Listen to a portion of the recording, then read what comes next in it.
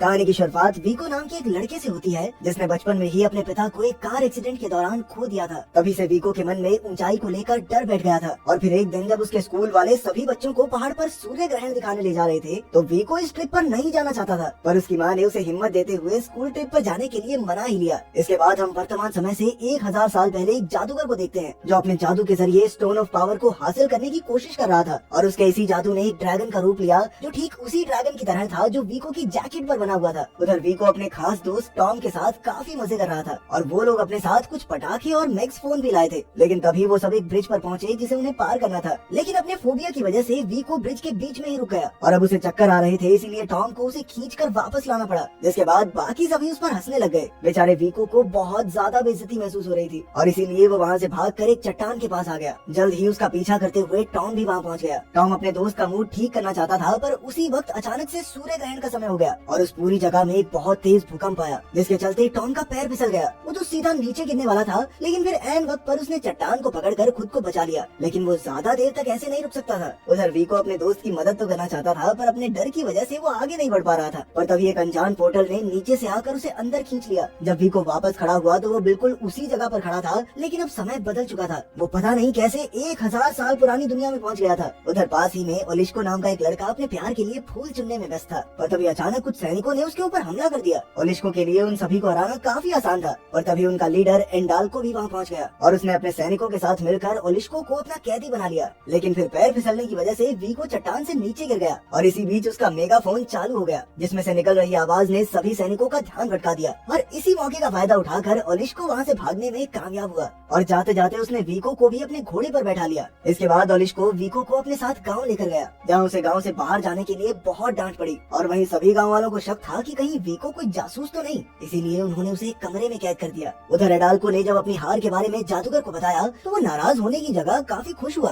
क्योंकि एडाल्को ने उसे वीको के बारे में भी बताया था और जादूगर जानता था कि वीको के कपड़ों पर उसके जादू वाला ड्रैगन बना हुआ है, जिसका मतलब साफ था कि वीको ही उन्हें स्टोन ऑफ पावर तक ले जा सकता है। वहीं वीको के कमरे के बाहर ओलांका नाम की एक लड़की उससे मिलने आई, जिसने उसे खाना देते हुए बताया कि वो साल 1120 में है। लेकिन वीको के कुछ और पूछने से पहले ओलिस्को वहाँ आ गया, जो उसे एक परीक्षा के लिए अपने साथ ले गया। दरअसल वो उसे नदी में फेंकने वाले थे, जहाँ वाटर स्पीड से टेस्ट करेंगी कि वो जासूस तो नहीं है। पानी में जाते ही वीको को लग रहा था कि शायद वो बच नहीं पाएगा, पर तभी वाटर स्पिरिट्स ने उसे उठाकर बाहर फेंक दिया, जिसका मतलब ये था कि उसका मन साफ है, वो कोई जासूस वासूस नहीं है। इसके बाद वीको को गांव के लीडर्स के साथ अच्छे से मिलने का मौका मिला, जिसमें ऑक्सी, इलियाना और डॉब्रिन्या शामिल थे, जिनसे मिलते ही वीको को तुरंत याद आ गया कि भाई इनके बारे में तो किताबों में पढ़ाते हैं हमारी। पर उन्हें वीको के भविष्य से होने वाली बात पर अभी भी भरोसा नहीं हो रहा था, इसलिए वीको ने अपने मेगाफोन को दिखाते हुए उन्हें अपनी बात पर विश्वास करवाने की कोशिश की। जिसके बाद ऑक्सी ने उसे जल्द ही वापस उसकी दुनिया में भेजने का वादा किया। बाद में ऑक्सी ने वीको को बताया कि उसके पास वापस जाने के 2 तरीके हैं, या तो वो दोबारा सूर्य ग्रहण होने का इंतजार करे या फिर किसी जादूगर की मदद से उस पोर्टल को जबरदस्ती खोलने का तरीका ढूंढे। ओलिस्को जानता था कि जादूगर मेज किसी की भी मदद करने से पहले उसकी परीक्षा लेता था, इसलिए वीको ने ओलिस्को के साथ एक डील की, जिसके मुताबिक ओलिस्को मेज के सामने जाने के लिए वीको को तैयार करेगा और इसके बदले में वीको ने उसे अपना मेगाफोन देने का वादा किया। अगले कुछ दिनों तक वीको उसी गाँव में रहा, जहाँ ओलिस्को ने उसे सभी चीजें सिखाना शुरू किया। इसी बीच वीको की मुलाकात तुरीन से भी हुई, जो एक वॉच टावर के अंदर कैद था। उधर ओलिस्को को अपनी ट्रेनिंग के बदले में भविष्य की चीजों से खेलने को मिल रहा था। वो तो इस डील से बहुत ज्यादा खुश था। वीको की ट्रेनिंग खत्म होने के बाद ओलिस्को ने उसे जादूगर मेज तक पहुंचने का मैप दिया, लेकिन ये रास्ता उसे अकेले ही तय करना होगा। अगली सुबह उस दूसरे जादूगर ने कौवे को वीको पर नजर रखने के लिए भेजा, जो अब गाँव को छोड़कर जंगल की तरफ बढ़ रहा था। लेकिन उस बेचारे को ओलिस्को का दिया हुआ मैप समझ ही नहीं आ रहा था कि तभी उसकी नजर पास ही में मौजूद ओलांका पर पड़ी, जो उसकी मदद करने के लिए तैयार थी। इसके बाद वो दोनों जंगल के बीच चलते चलते एक पतली सी सुरंग के पास पहुँचे, जहाँ पहुँचते ही वीको एक खाली जगह पर पहुँच गया, जो असल में जादूगर मेज का बनाया हुआ एक जाल था। उसे वहाँ सिर्फ मेज की आवाज सुनाई दे रही थी, जिसने वीको से उसके सबसे बड़े डर के बारे में पूछा और उसके पास सच बोलने के अलावा और कोई चारा नहीं था। वीको ने तुरंत ही अपने बचपन की कहानी बताते हुए अपने डर के बारे में मेज को बताया, जो वीको की ईमानदारी से खुश होकर उसे स्टोन ऑफ पावर तक पहुँचने का रास्ता बताने को तैयार हो गया। इसके बाद मेज ने उसे बताया कि उसे स्टोन ऑफ पावर एक ऐसी जगह मिलेगा जहाँ विंगलेस अपना घोंसला बनाते हो और वहाँ तक पहुँचने के लिए उसे हवा की जरूरत होगी और वो काम सिर्फ तभी करेगा जब 2 दिल एक साथ जुड़ेंगे। इसके तुरंत बाद ही वीको वापस जंगल में पहुंच गया, जहां पता चला कि ओलांका के हिसाब से तो वीको कभी उसे छोड़कर गया ही नहीं। इसके बाद वीको ने ओलांका को मेज की पहेली सुनाई और उसके मुताबिक उन्हें स्टोन ऑफ पावर एक खास गांव में मिलने वाला था। कुछ देर बाद ही वो लोग वहाँ पहुँच गए और वीको ने उस पत्थर को ढूंढने के लिए एक खास पतंग बनाई जो सीधा जाकर तालाब में गिर गई। जिसके बाद वीको ने भी तुरंत उस तालाब में छलांग लगा दी और थोड़ी ही देर बाद उसे स्टोन ऑफ पावर मिल भी गया। लेकिन जादूगर के भेजे हुए कौवे ने भी ये नजारा देख लिया था और उसने तुरंत ही इसकी जानकारी जादूगर को दे दी। जिसके बाद जादूगर ने वीको को पकड़ने के लिए अपनी फौज भेजी। जादूगर की फौज ने वीको और ओलांका को पकड़ने के साथ साथ उस गाँव पर भी हमला कर दिया जहाँ उन्हें वो पत्थर मिला था। लेकिन ये सब वॉच टावर पर मौजूद एक आदमी ने देख लिया और उसने तुरंत ही ओलिस्को और उसके साथियों को इसकी खबर दे दी। जिसके बाद वीको और ओलांका को बचाने के लिए उसके गांव से भी एक फौज आ गई जिसका नेतृत्व कर रहा था ओलिस्को। ओलिस्को और उसके साथियों ने बड़ी ही आसानी से जादूगर की पूरी फौज को हरा दिया। जिसके बाद वो सभी वापस अपने गांव आ गए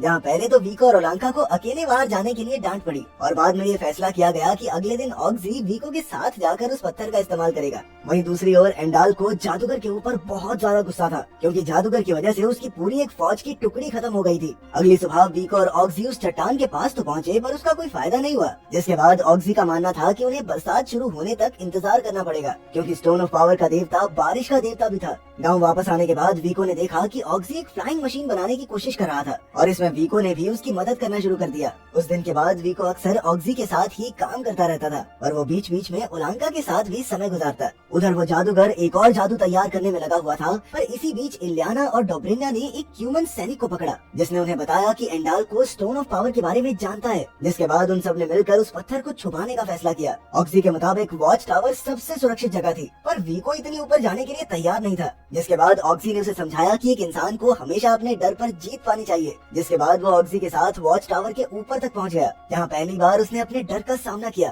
साथ ही ऑक्सी ने स्टोन ऑफ पावर को भी वॉच टावर पर छुपा दिया पर जादूगर के किए हुए जादू की मदद से उसे इस बारे में पता चल गया और अब उसके हिसाब से उस पत्थर को छीनने का सही समय था। कुछ ही घंटों बाद बहुत तेज बारिश हुई जिसमें तुरीन के ऊपर भी पानी गिर रहा था। ये देखकर वीको को बहुत बुरा लगा और उसने तुरंत ही उसके पिंजरे को ऊपर से ढक दिया। ओलांका उसके इस बर्ताव से बहुत खुश हुई और उसने वीको के गाल पर एक किस कर दी। उसी रात बिजली गिरने की वजह से कुछ पत्थर टूट गए जिसका फायदा उठाकर तुरीन अपने पिंजरे से आजाद हो गया और फिर बारिश का सहारा लेते हुए सीधा एंडाल्को के पास पहुंचा जो कि असल में उसका भाई था। पर एंडाल्को को अपने भाई के आने से कोई खास खुशी नहीं हुई थी और तभी जादूगर की नजर स्टोन ऑफ पावर पर पड़ी जिसे तुरीन अनजाने में अपने साथ ले आया था। लेकिन उस पत्थर की शक्तियाँ अभी भी सो रही थी। जादूगर की लाख कोशिशों के बाद भी वो उसका इस्तेमाल नहीं कर पाया और फिर उसने एंडाल्को को बताया कि उन्हें इस पत्थर का इस्तेमाल करने के लिए वीको की जरूरत है। अगली सुबह वीको और उसके पूरे गाँव को भी तुरीन के भागने की खबर मिल गई और साथ ही उन्हें पता चला कि वो अपने साथ स्टोन ऑफ पावर को भी ले गया था। लेकिन कुमन पर सीधा हमला करने का कोई फायदा नहीं था इसलिए ऑक्सी और वीको ने और जान लगाकर अपनी फ्लाइंग मशीन को पूरा करना शुरू किया।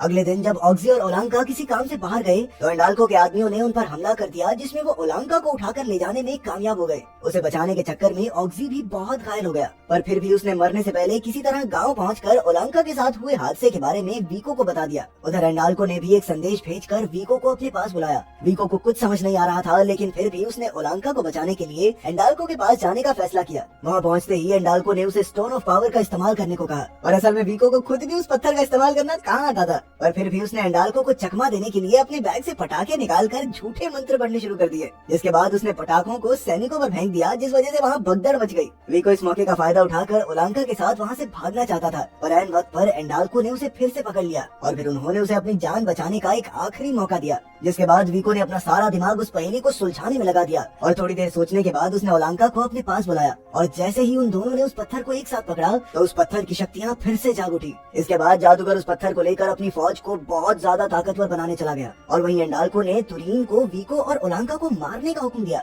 लेकिन तुरीन को अभी भी वीको का उसके साथ किया हुआ अच्छा बर्ताव याद था इसीलिए वो उसे मारना नहीं चाहता था तो उसने वीको और ओलांका को एक घोड़े पर बैठाकर वहाँ से भगा दिया। जिसके बाद एंडाल्को ने तुरीन को गद्दार घोषित करके खत्म कर दिया। अगली सुबह वीको और ओलांका ने अपने गाँव पर होने वाले हमले के बारे में सबको सावधान तो कर दिया पर उनकी फौज चाहकर भी कुछ नहीं कर सकती थी क्योंकि कुमन आर्मी के साथ इस बार एक स्टोन मॉन्स्टर भी था जिसे हराना बहुत ही ज्यादा मुश्किल होने वाला था। इस मॉन्स्टर को जादूगर एक छड़ी से काबू कर रहा था और तभी ओलिस्को को एक आइडिया आया और वो उस मॉन्स्टर के हमलों से बचते हुए उसे लेक के किनारे पर ले गया जहाँ ओलिस्को पर हमला करते हुए वो उस लेक में गिर गया। जिसके बाद वाटर स्पिरिट्स ने उसे वहीं कैद कर लिया। अचानक से एक बार फिर से सूर्य ग्रहण का समय आ गया था और वीको तुरंत ही एक घोड़े पर बैठकर उस चट्टान की तरफ निकल गया। उधर एंडाल्को ने अपनी फौज को पूरी ताकत से गांव पर हमला करने को कहा पर वहीं दूसरी तरफ सभी गांव वाले एक साथ मिलकर कुमन आर्मी पर भारी पड़ रहे थे। अपनी हार को टालने के लिए एंडाल्को ने वापस जाने का फैसला किया लेकिन उस जादूगर की ईगो बीच में आ गई। वो हार मानने को तैयार नहीं था और उसने किसी तरह एक बार फिर से स्टोन मॉन्स्टर को पानी से बाहर निकाल ही लिया। उस मॉन्स्टर को गांव की तरफ बढ़ता देखकर वीको ने उसने वहीं रुककर गांव वालों की मदद करने का फैसला किया।